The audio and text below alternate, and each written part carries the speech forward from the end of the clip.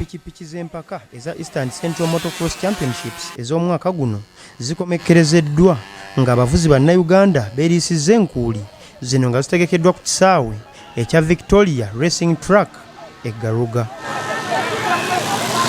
Empaka zino zeetabiddwamu abavuzi okuva mu mawanga 5 okuli erya Uganda, Kenya, Tanzania, Burundi ne DR Congo.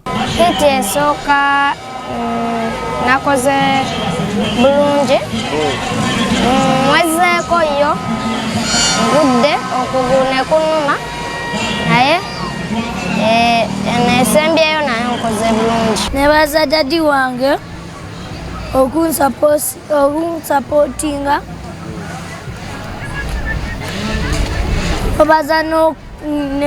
mwebaza n'okungulira piki empya singa sibadde mu kifo kyakubiri.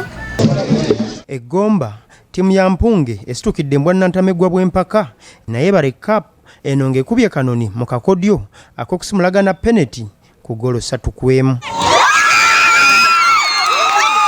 Abaana balina ebitone naye olusalina bwabyoleseza tewali bamulaba naye bwetuteekamu emipiira emitono gino ng'egy'emiruka n'okutuuka ku eno level weesanga nti ofuna ekyo ekitone kyennyini kyokola ki kyoyagala.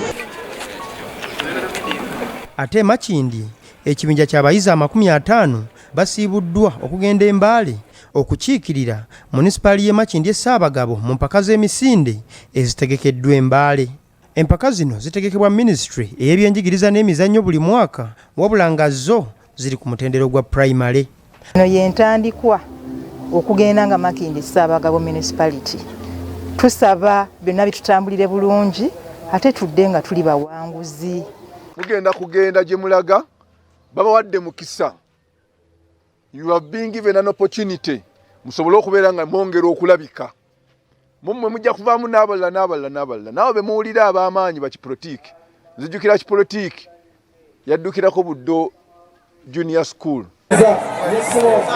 Ate wano mu Kampala empaka za Joel Ssenyonyi Cup nazo zikomekerezeddwa nga ttiimu ya Mark Metals yeziwangudde oluvannyuma lw'okukuba Kyanja United golemu ku bwereere.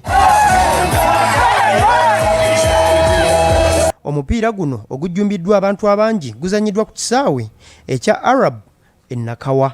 Ensonga y'ebyemizannyo nsonga nkulu era nga twagala eteekebweko essira. Nkulu nnyo genda n'otunulira Namboole n'ogamba yiyi naye ffe lwaki. Ate Kayunga empaka z'eggombolola ziggiddwako akawuuwo n'omupiira wakati wa ttiimu y'eggombolola eya Ssaabagabo Kayonza ng'ettunka n'eya Mituba 2 kitimbwa. Okusamba emipiira gy'amagombolola kibeerenga nasale bbeedi y'abazannyi abagenda okusamba ku ssaza nti amagombolola galiikirize essaza. Omupiira guno gugenze okukomekkerezebwa nga ttiimu ya Ssaabagabo yeguwangudde golo 3-1.